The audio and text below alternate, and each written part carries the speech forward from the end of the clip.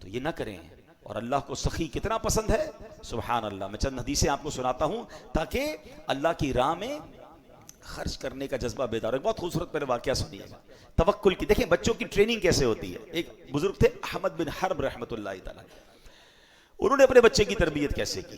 وہ کیا کرتے تھے, انہوں نے بچوں کو توکل سکھانا تھا کہ اللہ پر بھروسہ کرنا ہے. انہوں نے کہا بیٹا جب بھی بھوک لگے نا تو دعا کرنی ہے اللہ سے, کسی اور سے نہیں مانگنا, اللہ سے مانگنا, یا اللہ کھانا چاہیے. اپنی زوجہ کو کہا جب بھی بیٹا دعا کرے نا تو اس کے گھر میں اس نے پورا سمجھ دیوار میں سوراخ بنایا کہ پیچھے چپکے سے تم نے کھانا رکھ دینا ہے اس میں. بیٹا اس سوراخ کے پاس جا کے اللہ کی بارگاہ میں دعا کرتا, یا اللہ بھوک لگی ہے, تھوڑی دیر بعد سوراخ سے اس کو کھانا مل جاتا. اس کی ٹریننگ یہ ہونے لگی کہ جب بھی کوئی مشکل ہو اللہ سے مانگنا ہے. کئی مہینے گزر گئے, روزانہ ماں اس کو اسی طریقے سے کھانا دیتی جب وہ دعا مانگتا.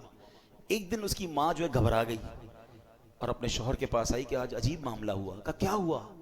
کہتی آج وہ کھانے کا وقت تھا, بیٹا کا دعا کا ٹائم تھا, میں کہیں مصروف ہو گئی, میں دوڑی گئی کہ کھانا نہیں ملے گا تو کیا سوچے گا. تو میں گئی تو کیا دیکھتی ہوں بیٹا کھانا کھا رہا ہے. میں نے کہا بیٹا کھانا کدھر سے ملا؟ کہا امی اللہ نے دیا. کہاں سے ملا؟ کہا اسی سوراخ سے جہاں سے روز ملتا ہے. تو میں پریشان ہوں, میں نے تو کھانا نہیں رکھا, کھانا کیسے مل گیا؟ حضرت احمد بن حرب کہتے ہیں مجھے اسی دن کا انتظار تھا, اب تمہیں کھانا دینے کی ضرورت نہیں ہے, اس کا اللہ سے کنیکشن ایسا ہو گیا, اس کو غیب کے خزانوں سے ملنا شروع ہو گیا.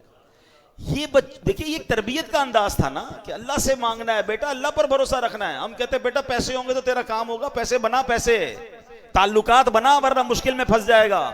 تیرے رابطے نہیں ہوں گے تو آگے جا کے ڈیفیکلٹ ہو جائے گا. ارے کب سکھاؤ گے کہ اللہ سے دوستی کر, اللہ کو راضی کر. پیسے چھوڑ کر جاتے ہیں مگر تربیت کر کے نہیں جاتے. حضرت عمر بن عبدالعزیز رحمۃ اللہ تعالی علیہ کا واقعہ سنیں. آپ کا جب انتقال ہوا, آپ امیر المومنین تھے, آج کے دور کے پرائم منسٹر تھے, پوری آدھی دنیا پر گویا حکومت تھی. ہمارا اس طرح کا کوئی بندہ ہو تو پتہ نہیں کتنے خربوں روپے بنا لیتا. انتقال ہونے لگا تو بہت تھوڑے پیسے چھوڑ کے جا رہے تھے. کسی نے کہا حضرت آپ اتنی بڑی شخصیت, اپنے بچوں کے لیے چھوڑا ہی کچھ نہیں, بچا ہی کچھ نہیں, اتنا خرچ کر دیا اللہ کی راہ میں. کیا کمال کا جواب دیا ہے.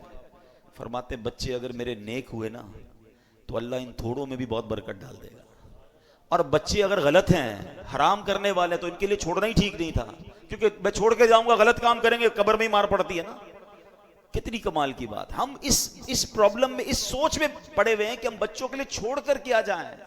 آپ بچوں کی اچھی تربیت کر کے چھوڑ کے جائیں, باقی اللہ مالک ہے, اللہ دینے والا ہے. اگر وہ اللہ کے نیک بندے ہوئے, اللہ غیب کے خزانوں سے انہیں عطا کر دے گا, اور اگر اللہ کو ناراض کرنے والے ہوئے, آپ اربوں روپے چھوڑ جائیں وہ برباد ہو سکتے ہیں. جل گیا نا باغ, قرآن کا واقعہ میں نے آج آپ کو سنایا, ہم نے دیکھے برباد ہوتے ہوئے, آپ نے بھی دیکھے ہوں گے کہ باپ نے اتنے پیسے چھوڑے اور بچے بینک کرپٹ ہو گئے. کیوں کہ ان کی عادت ہی ٹھیک نہیں تھی, نہ صدقہ تھا, نہ خیرات تھی, نہ نیکی تھی, نہ باپ کی لیگیسی تھی. کاش یہ بات سمجھ آ جائے. بچوں کو سخی بنائیے, اپنے آپ کو بھی سخی بنائیے, کنجوسی سے نکلیے. میں 2 حدیثیں سنا کر, باتیں تو بہت ساری ہیں لیکن چونکہ اب بیان کا وقت ختم ہوا, آج ہمارا یہ مائنڈ سیٹ ہوتا ہے کہ ہم کسی بڑی شخصیت سے دعا کروائیں. اچھی بات ہے, اگر کوئی نیک بندہ, کوئی عالم دین, کوئی بزرگ مل جائیں تو اچھی بات ہے, دعا کرنی چاہیے. مگر آج میں آپ کو وہ حدیث سنا رہا ہوں کہ اگر میں آپ کو یہ کہوں کہ روز صبح آپ کے لیے فرشتے دعا کریں گے, اس سے اچھی کوئی بات ہے کہ صبح ہوتے ہی میں سو رہا ہوں, فرشتے میرے لیے دعا کر رہے ہوں. ہاں, اب وہ کون لوگ ہیں جن کے لیے فرشتے دعا کرتے ہیں, اور کچھ بد نصیب ایسے ہیں جن کے لیے روزانہ فرشتے بربادی کی بھی دعا کرتے ہیں. اب سنیے, نبی پاک علیہ الصلوۃ والسلام فرماتے ہیں, حضرت ابو ہریرہ رضی اللہ تعالیٰ عنہ حدیث کے راوی ہیں, ما من یوم یصبح العباد فیہ الا ملکان ینزلان فقولوا احدہما. آقا فرماتے ہیں کوئی ایسا دن نہیں ہوتا جس پہ بندے سویرا کریں اور 2 فرشتے نہ اتریں, جن میں سے ایک کیا کہتا ہے, اللہم اعطی منفقا خلفا, ویقول الآخر اللہم اعطی ممسکا تلفا. آقا فرماتے ہیں ایک فرشتہ کہتا ہے اے اللہ پاک سخی کو زیادہ اچھا بدلہ دے, اور دوسرا کہتا ہے اے اللہ پاک کنجوس کو برباد کر دے. اب سوچ لیجئے, سخی کے لیے روز فرشتہ دعا کر رہا ہے, اور جو مال روکے ہوئے ہے, نہ زکوٰۃ دے رہا ہے, نہ صدقہ دے رہا ہے, نہ اللہ کی راہ میں خرچ کر رہا ہے, خرچ کرتا ہے تو برا لگتا ہے اس کو, نہ غریبوں کی مدد کر رہا ہے, کنجوس ہے, مال کا حق ہی ادا نہیں کر رہا, روز فرشتہ دعا کر رہا ہے اللہ اس کو برباد کر دے, تو پھر تو بربادی ہونا ہے نا. تو سخاوت یہ اللہ کو بڑی پسند ہے. اللہ اکبر. ایک بار اور بڑی پیاری حدیث ہے, نبی پاک علیہ الصلوۃ والسلام کی بارگاہ میں ایک صحابی ہیں قیس انصاری رضی اللہ عنہ, آپ رائے خدا میں بہت خرچ کرتے تھے. اچھا, ان کے بھائیوں کو یہ شکایت تھی یہ بچاتے ہی نہیں, اللہ کی راہ میں لٹاتے ہی رہتے ہیں. نبی پاک کے پاس شکایت آ گئی, پیارے آقا نے حضرت قیس کو بلایا کہ بھائی تمہاری شکایت آئی ہے، کتنا خرچ کرتے ہو؟ کہتے ہیں یا رسول اللہ میں اپنی آمدنی سے اپنا حصہ نکال لیتا ہوں جتنی مجھے ضرورت ہے، باقی اللہ کی راہ میں خرچ کر دیتا ہوں۔ نبی پاک یہ سن کر اتنا خوش ہوئے، پیارے آقا اتنا راضی ہوئے، آقا نے اس کے سینے پر ہاتھ رکھا اور 3 بار فرمایا انفق ينفق اللہ علیک، انفق ينفق اللہ علیک، انفق ينفق اللہ علیک۔ کیا فرمایا؟ خرچ کر اللہ مزید عطا فرمائے گا، خرچ کر اللہ مزید عطا فرمائے گا، خرچ کر۔ ایک اور روایت کے اس کے ترجمہ بڑا پیارا ہے، خرچ کر تجھ پر خرچ کیا جائے گا۔ جو روکتا ہے نا اس سے روک لیا جاتا ہے، جو خرچ کرتا ہے اس کو عطا کیا جاتا ہے۔ بس یہ بات اپنی زندگی کا فارمولہ بنا لیں۔ اچھا پھر بندہ شیطان ہے نا، کہتا ہے یار یہ مولوی صاحب کہہ تو رہے ہیں خرچ کروں گا تو جیب سے کمی ہو جائیں گے نا، بینک سے کمی ہو جائیں گے۔ آپ خرچ کرنے والوں کو سرچ کر لینا، خرچ کرنے والوں کو سرچ کر لیں، جو اللہ کی راہ میں خرچ کرتے پوچھو ان سے کم ہو گیا تمہارا؟ کبھی نہیں ہوگا۔ پوری زکوٰۃ دینے والا اگلے سال زیادہ زکوٰۃ دیتا ہے، صدقہ خیرات کرنے والا اگلے سال زیادہ صدقہ، کیوں کہ پیسے بڑھ رہے ہیں۔ عشر دینے والا، عشر تو 10% نکل جاتا ہے نا، 100 من نکلا زمین سے 10 من دینا ہے اللہ کی راہ میں، کچھ مسائل میں 5 من دینا ہے، تفصیل ہے اس کی، لیکن اگر 100 میں سے 10 دے رہا ہے تو 90 ہو گیا۔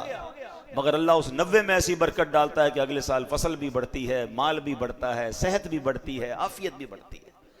تو بے شک میرے پیارے اسلامی بھائی، قرآن کے اس واقعے سے بہت ساری باتیں سیکھنے کو ملی کہ ہم نے اپنے بچوں کی اچھی تربیت کرنی ہے، کوئی بھی پلان کریں تو انشاءاللہ کہنا ہے اور اللہ پر بھروسہ رکھنا ہے، اپنے آپ پر بھروسہ نہیں رکھنا ہے۔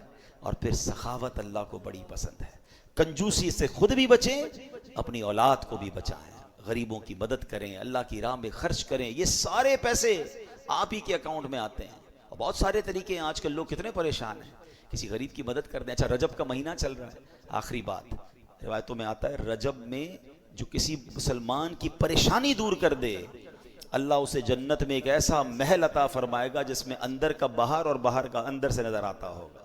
فرمایا تم رجب کا اکرام کرو، اللہ 1000 کرامتوں کے ساتھ تمہارا اکرام فرمائے گا۔ تو کم از کم کسی ایک مسلمان کی تو رجب میں پریشانی دور کرے نا۔ تو جو ہو سکے اللہ کی راہ میں خرچ کرتے رہا کریں۔ بہت سارے طریقے ہیں، جیسے میں نے بتایا اپنے رشتہ داروں کی مدد کریں، غریبوں کی مدد کریں۔ پھر ماشاءاللہ اللہ کی دین کے جو کام ہو رہے ہیں، ہماری اس مسجد ہے، جس مسجد میں ہم نماز پڑھتے ہیں، جہاں جہاں جاتے ہیں، مسجدوں میں، مدارس میں، دینی کاموں میں بھی خرچ کرتے رہا کریں۔ یہ پیسے کہیں نہیں جائیں گے، یہ آپ ہی کے اکاؤنٹ میں جنت میں جمع ہوں گے، اور دنیا میں بھی اس کی ملٹیپلیکیشن آپ دیکھیں گے۔